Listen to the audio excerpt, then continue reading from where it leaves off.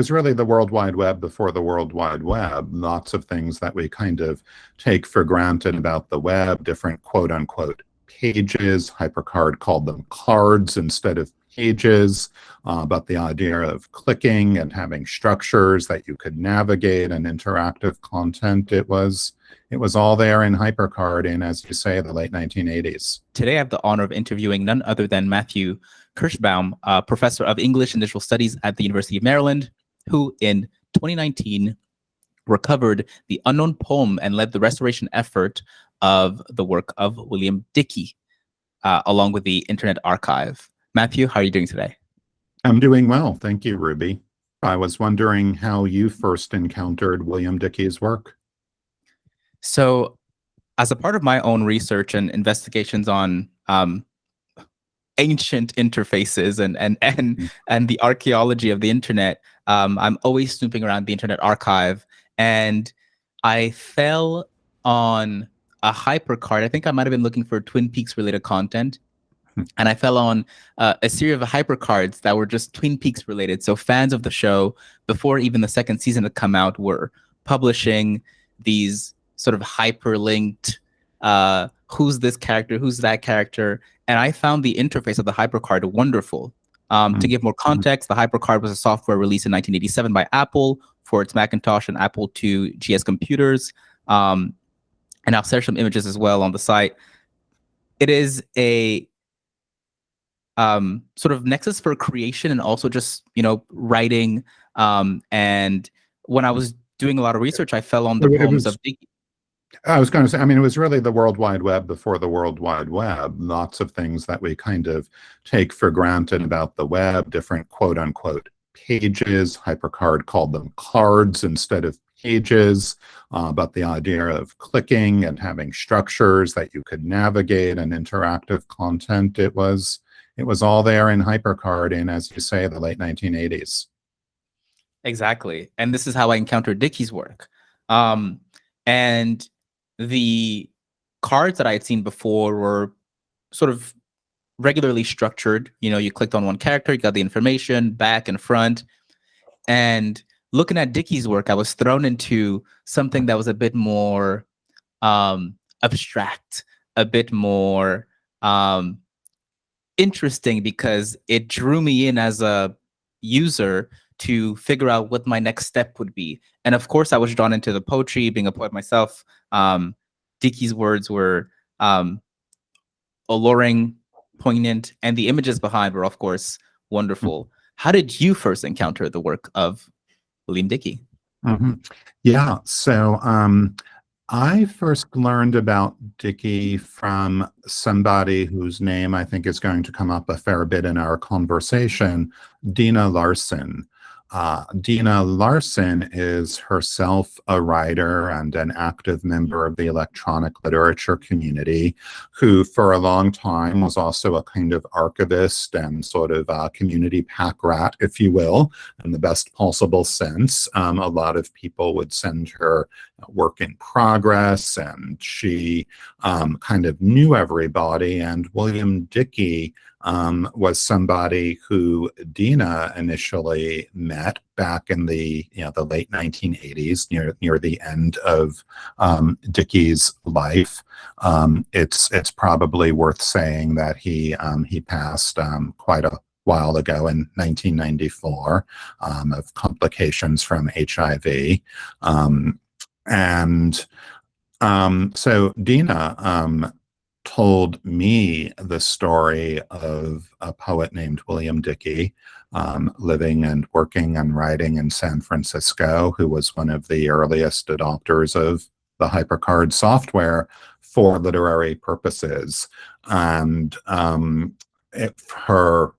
Dina's own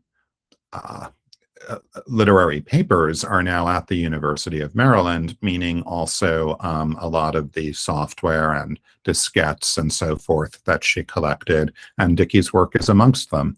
So that's how I came to Dickey, through this other, through another writer and this other collection.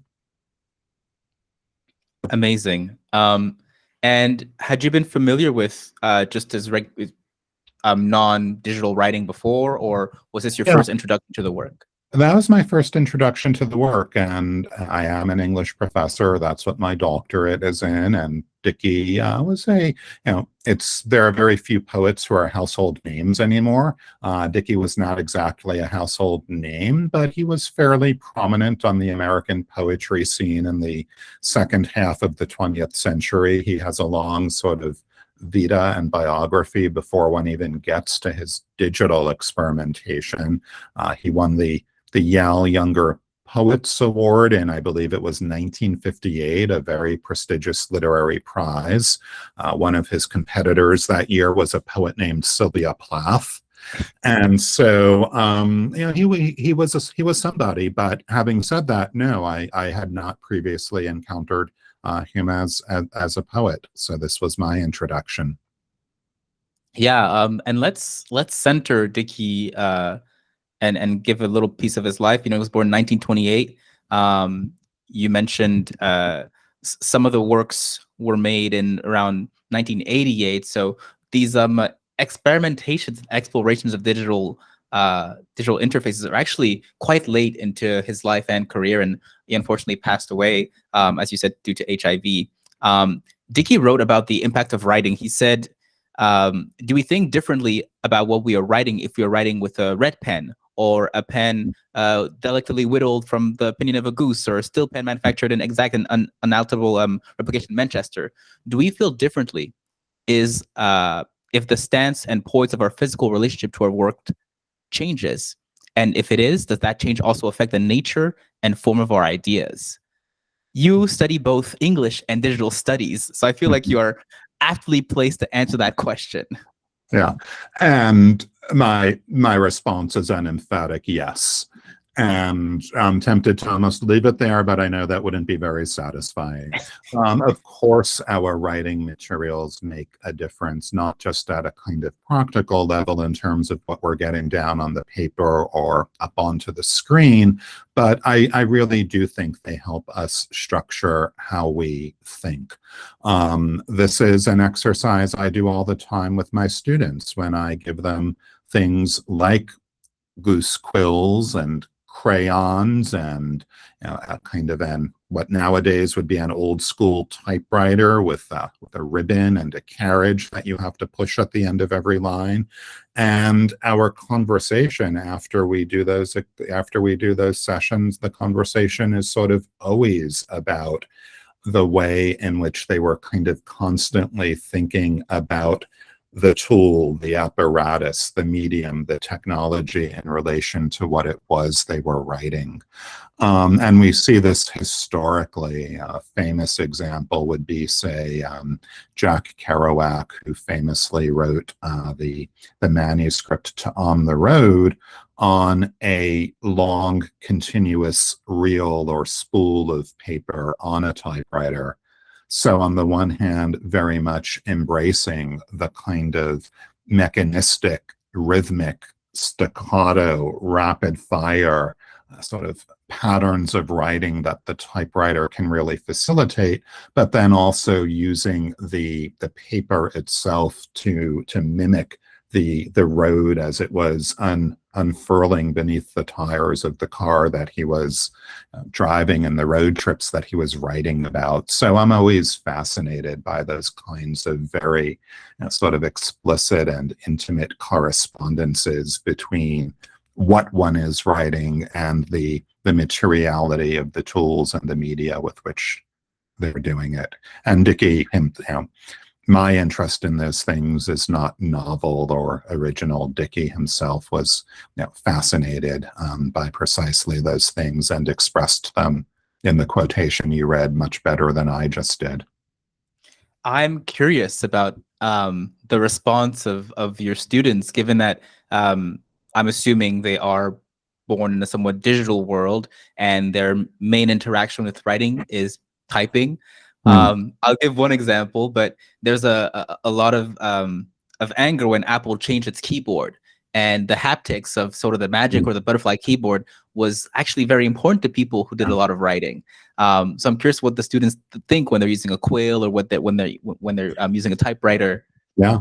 I mean, one thing they discover is that you have to actually hit the keys on the typewriter with a fair amount of force. And moreover, the amount of force that you bring to bear will actually have an impact, literally speaking, on the mark that you make. If you strike the keys with more force, you'll get darker impressions on the page. That's different from the way that a computer keyboard works. I think it's fair to say that they always have a good time with these different writing experiments that we do, but part of that is also, of course, related to to the novelty of the experience. I think if I were to mandate that they write all their papers using a goose quill and iron gall ink, for example, I might hear about it on my course evaluations. Absolutely. What was the response from Dickey's literary executor when you had this desire to republish the poems?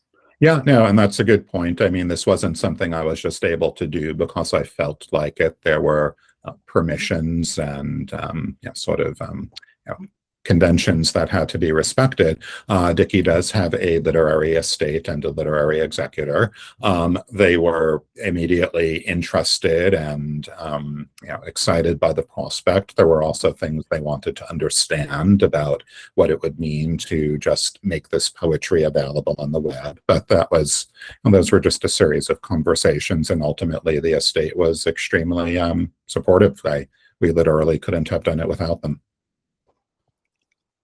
Coming back to the poems now, what, to your understanding, is the interplay between the card interface and the poetry that Dickey wrote? Mm-hmm.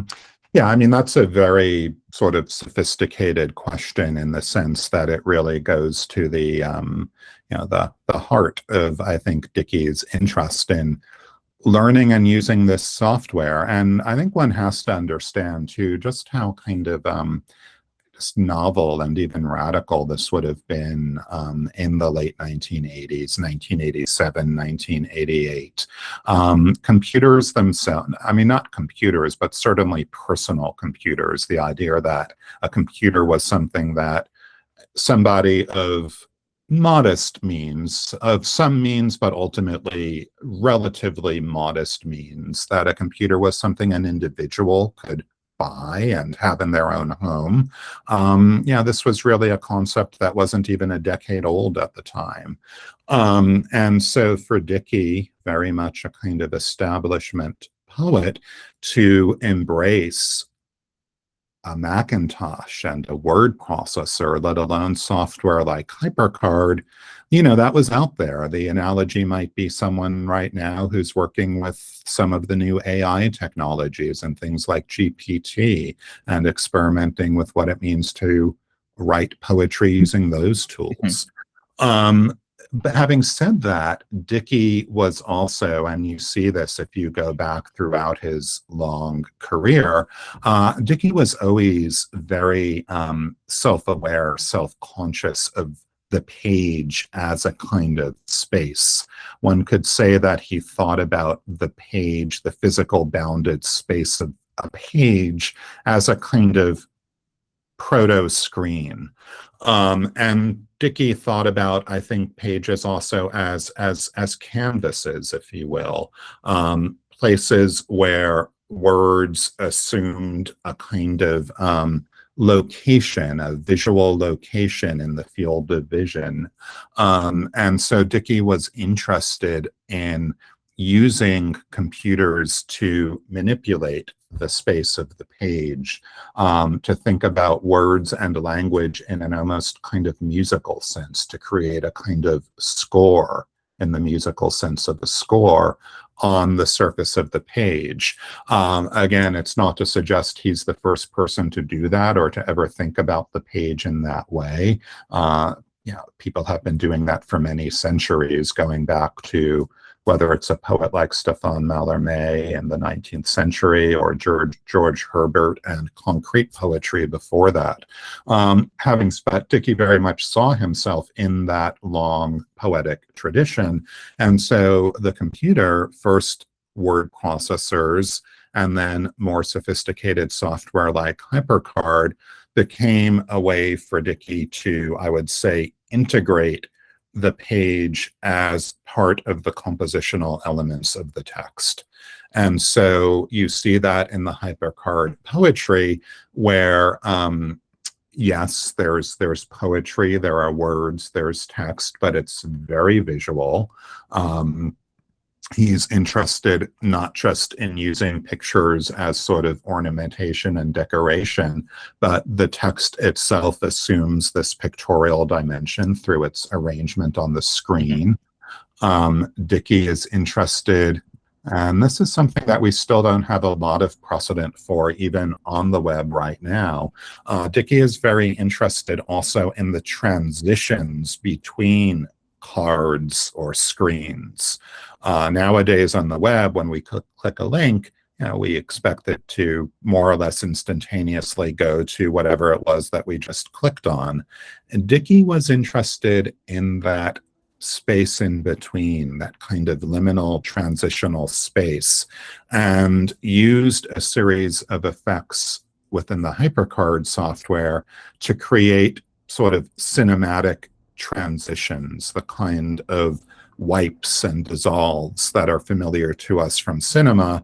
He applied that to his poetry as one navigated from one screen or one card to the next. Yeah, and one thing that's very apparent in these transitions and the way they're laid out is that even the way we reach those transitions are very specific and very intentional. Yes. If you go and play with the HyperCards, you will see that you may actually spend some time on the page after even having read the words, trying to find the point of access to that transition. Yes.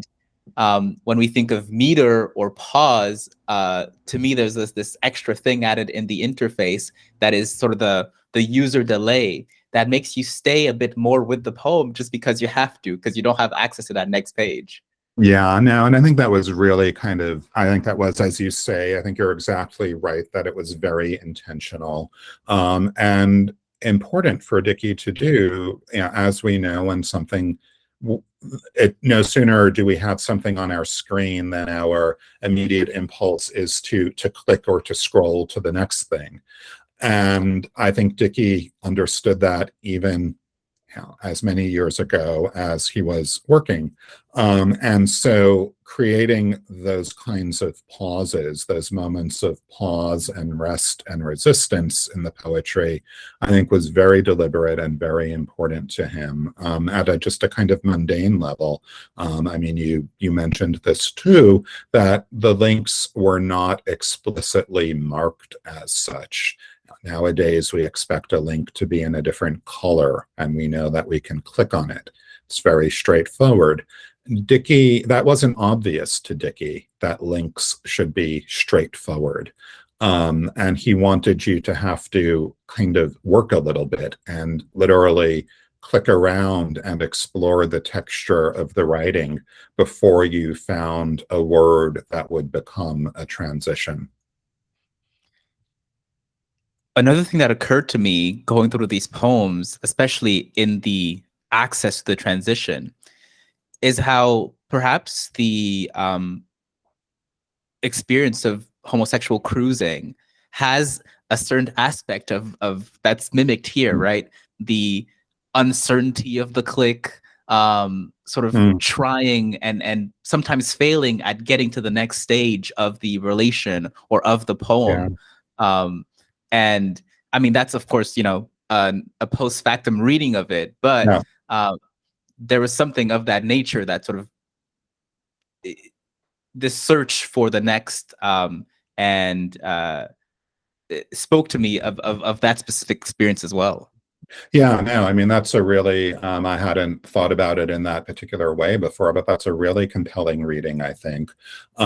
It's worth, I think, underscoring just from a biographical standpoint that Dickey himself was a gay man living in San Francisco during what turned out to be the height of the AIDS epidemic, and it ultimately did kill him. some of the poetry that we have is explicitly erotica. And that was a facet, an element of Dickey's identity that did not find overt expression in his published printed poetry. It was something he seemed to feel more comfortable exploring in this new environment digitally on the screen. He used, again, the multimedia conventions and capabilities of HyperCard, in this instance in some very explicit ways. Sometimes the link to the next screen or card in the sequence would be the head of a penis, and you would have to click that, right, in a manner that is something very much like touching, or even, as you're suggesting, cruising. And we can't know what Dickey was thinking about in his own mind, but I think all of those readings are very much licensed by the actual sort of behaviors of the work itself. Yeah, absolutely. And within those explorations and the fact that there is an absence or not an overt mention in the published work on paper, and this very overt exploration within the digital work sort of precedes this impetus that a lot of young folks have to sort of just be themselves online. And I thought that was an also sort of very prescient thing from the work, that once you get into that realm, once you are in the HyperCard, there's something quite liberating that allows you to speak of things of which maybe you would not speak in other mediums. I think that's, I mean, again, we can't know, of course, what was in Dickey's own mind. My instinct is that that kind of feels right to me. That's a narrative I find compelling. I should say, too, I just would want to underscore, too, that Dickey was actually quite prolific and published he published about 24 volumes, and I have not read all of the work in its entirety.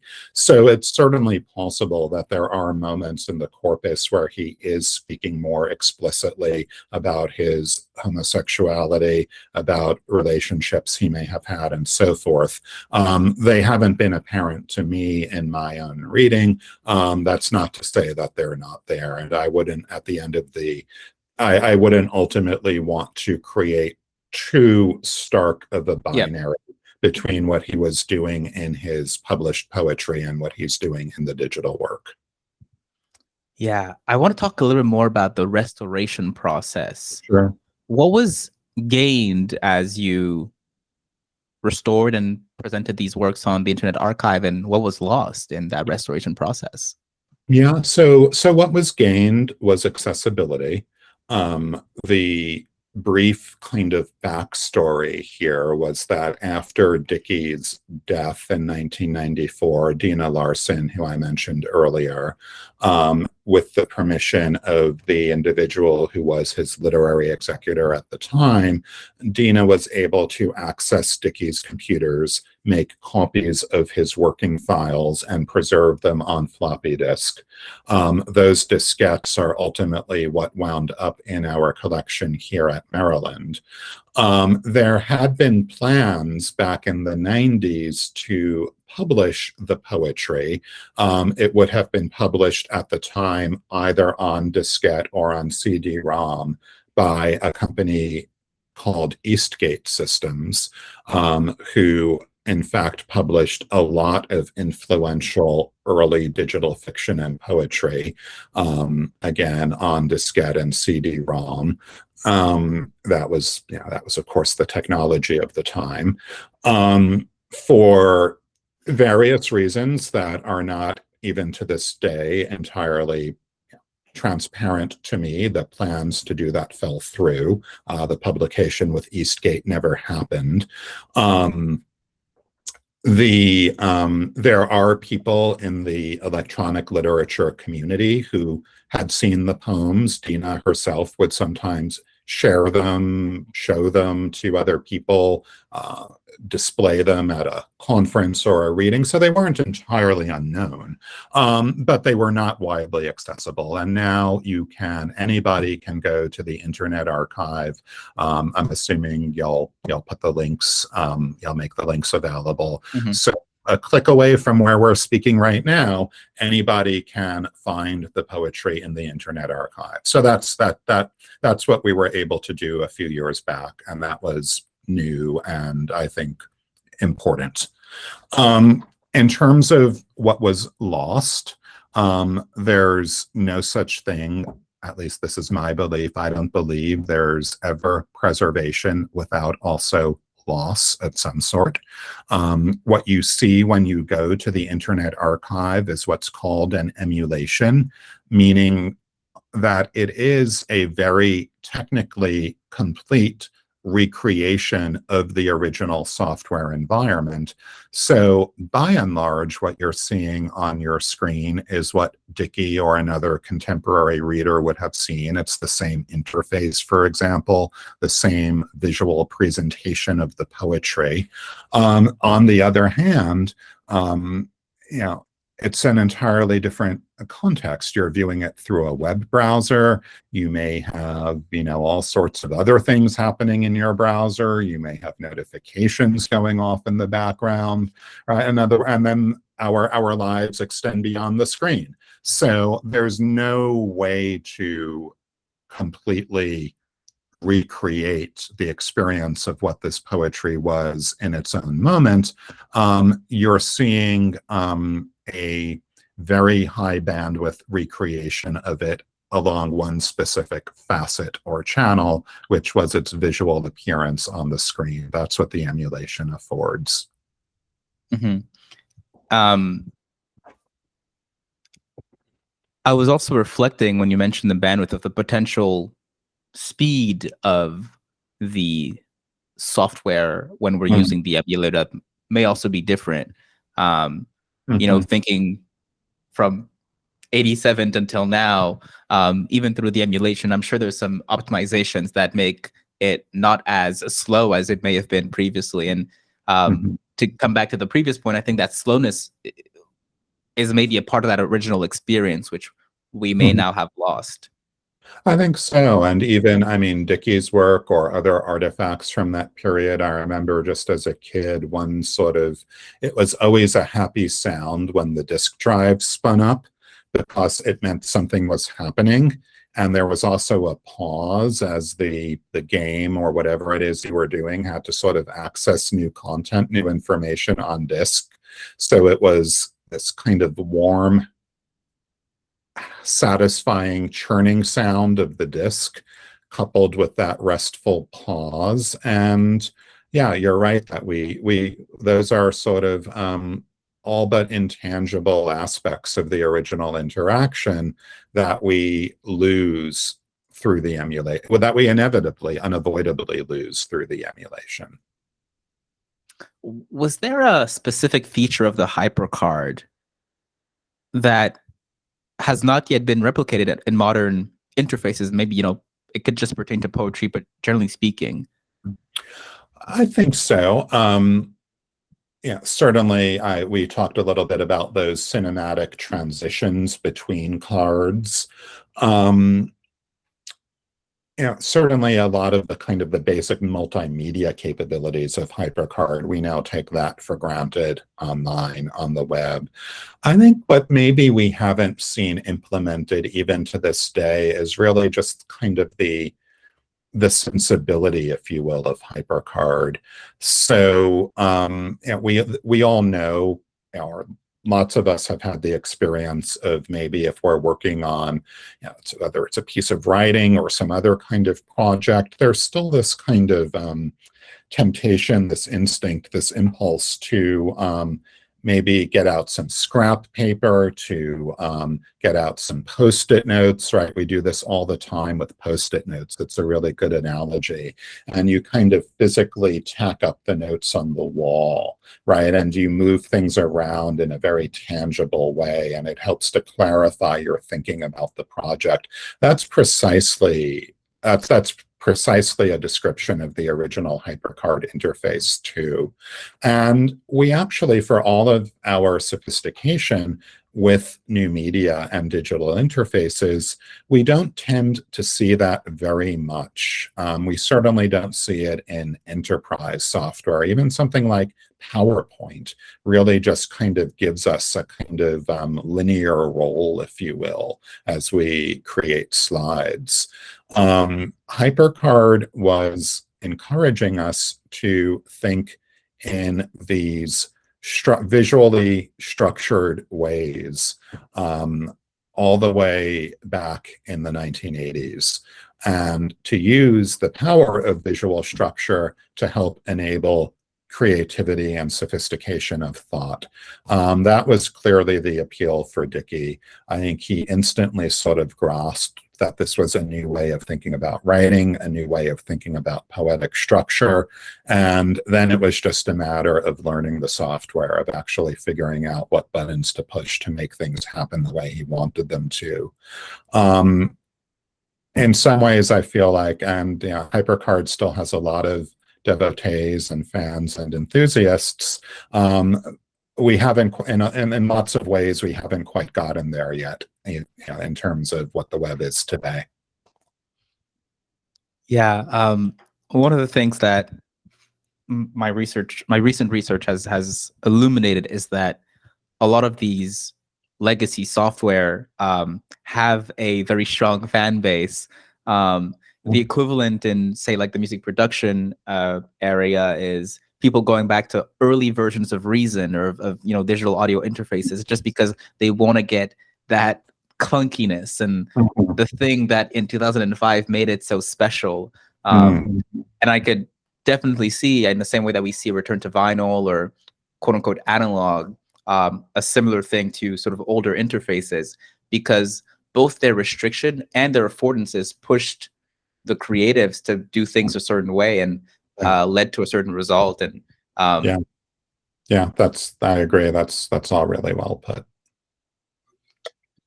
The image plays a large role in the hyperpoems, but one of their unsung heroes, in my opinion, are the icons and clip art. What is their significance in your view? So, no, I don't know that I can speak to their significance in the sense of kind of offering a literary interpretation.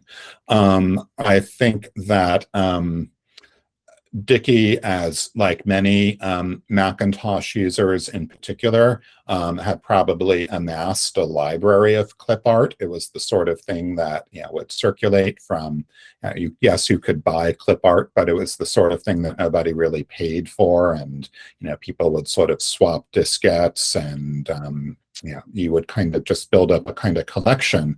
And I suspect Dickey had such a collection at his disposal on his hard drive, and understood it as essentially ready for integration into this work.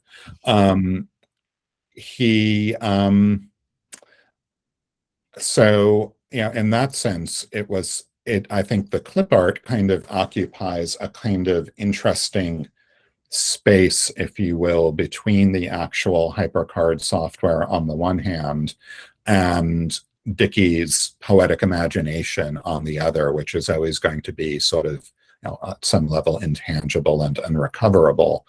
The clip art was sort of ready-made creative elements that he was nonetheless drawing upon in some sort of novel fashion, right, to become part of his creative, to become part of his voice, really, is what it comes down to.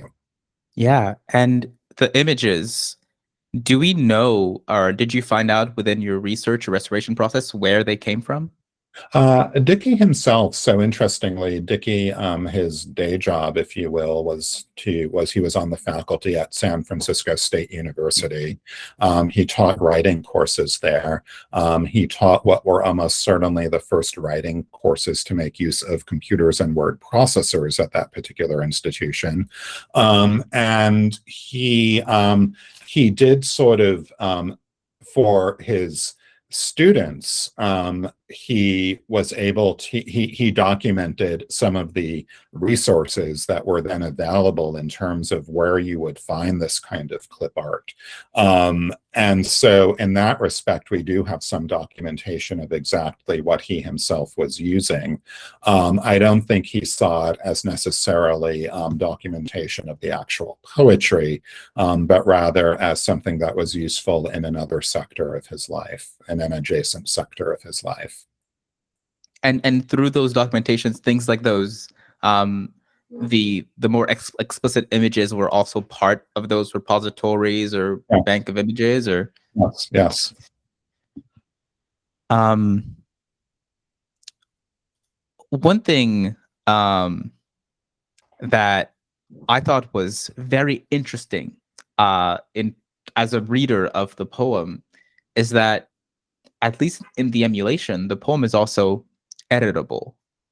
Mm-hmm. And it adds, of course, the interactivity of the button and the transition, but for all intents and purposes, one could go in and add their own words to the poem if they wanted to. Is that just an affordance of the platform, or do you think there was some intentionality on that? Yeah, that's a really interesting question. I think ultimately, because the poems were never published by Dickey in his own lifetime, we don't know. There were certainly contemporaries of his that were experimenting with that kind of feature. Dina Larson herself, in her own work, very much understood it as not just readable, but also writable and extensible by the user. Part of me thinks that, given simply how much precision and sort of craft went into Dickey's HyperCard poetry, that he might not have been comfortable with that kind of user modification, but that's just speculation on my part. I think, again, ultimately, unfortunately, we can't know. What do you think we can learn from the hyper poems, both in terms of process and in terms of, say, just the literary output? That's another great question. I'm not sure. Do we learn from poetry? Right? In other words, is that the nature of our relationship to poetry? I mean, I suppose Plato thought so, right? To please and instruct, but I don't know that it's my relationship to poetry. I think there are lots of interesting questions as yet unexplored about the relationship between the digital poetry and the rest of Dickey's career. There's probably at least a master's thesis in there somewhere. That's not, I think, my project at this point, but it could be somebody's. And, I think there are some moments where, there are some uncanny points of resonance, moments of resonance between what Dickey was doing on the screen and the final collection of poetry that he was working on in his own lifetime, which was called The Education of Desire. That was his last published volume. And, if you're a close reader, in the sense of being somebody whose habit is to sort of scrutinize poetry, I think that you would, probably find more such moments of resonance were you to go through that last printed collection and the digital poems side by side. I mean, it stands to reason all of this was living side by side in Dickey's head, right? Some of it found expression through a more conventional channel in the published volume. Some of it found expression through the hyper poetry on the screen, but it was ultimately all at some level in dialogue in Dickey's own imagination. And are those resonances thematic, linguistic? What specifically, what are the parallels that you draw between both? I mean, sometimes, I wrote about one of them briefly in my own most recent book, which is entitled Bit Streams. But there are some moments of similarity and imagery in a poem entitled Volcano, for example, and some of the work in the education of desire. Yeah, I mean, I think you can see it, right? When you go looking for it, you start to see it. And I don't know if this puts you on the spot, but what is your favorite line or favorite card from the hyper poems? So that's actually, I thought you might ask me something along those lines, and that's actually so that's something I am prepared to answer. They are some lines from a poem, a hyper poem entitled Volcano.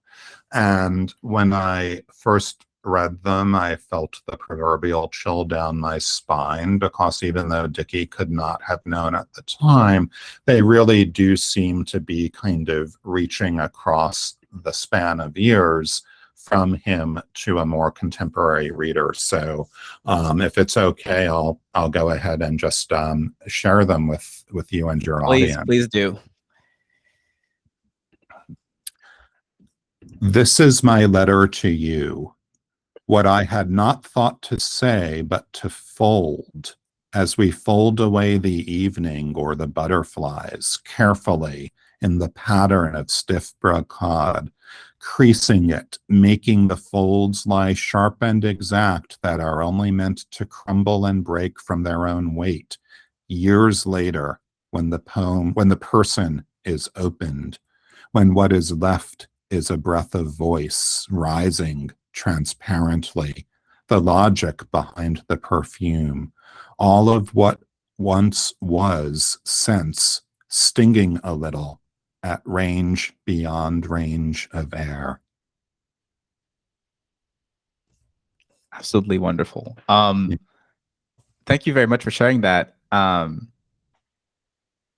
I'll just give it a second here for folks who are hearing it. You know, the voice rising, the sense stinging a little, that range beyond range of air, that really does sound to me like somebody who is trying to speak to posterity. Absolutely. We talked a little bit about the intersection between poetry and image. You mentioned Mallarmé. A person that I always look towards is Apollinaire and his calligrams, of course, wherein, of course, poetry takes a sort of visual turn. And with the advent of media and the abundance of images in our modern world, what do you believe, beyond Dickey, is the future of this poetry and image union? Oh, gosh. I don't think so. I think there are lots of futures, in the sense that digital poetry is very much a kind of active and living tradition. There are many hundreds, if not thousands, of practitioners globally. Probably quite a bit more than that, thinking about platforms like Instagram and what people are doing on just everyday social media with words and images. But I think one thing that I'm paying attention to, and it's very much of the moment, but people who are using some of, again, the new artificial intelligence generators, which increasingly also have multimodal capabilities, meaning that the input and the output formats don't necessarily correspond. So what does it mean to write poetry as a kind of prompt to a generative AI model, and then have the output take the form of a sequence of images? Obviously, the machine, the language model, becomes a kind of collaborator there in ways that I suspect some people find off-putting or disingenuous, and others find exciting. I guess I'm in the latter camp. Yeah, So, I would love to hear more. I mean, as I said before, English visual studies is such an interesting intersection, and this is of course beyond Dickey, but very interested in your current perspective on the role that these ChatGPT or any sort of generative AI will play in poetry making or poetry writing. Besides the excitement, is there anything you're looking forward, any sort of breakage points or inflection points within the practice?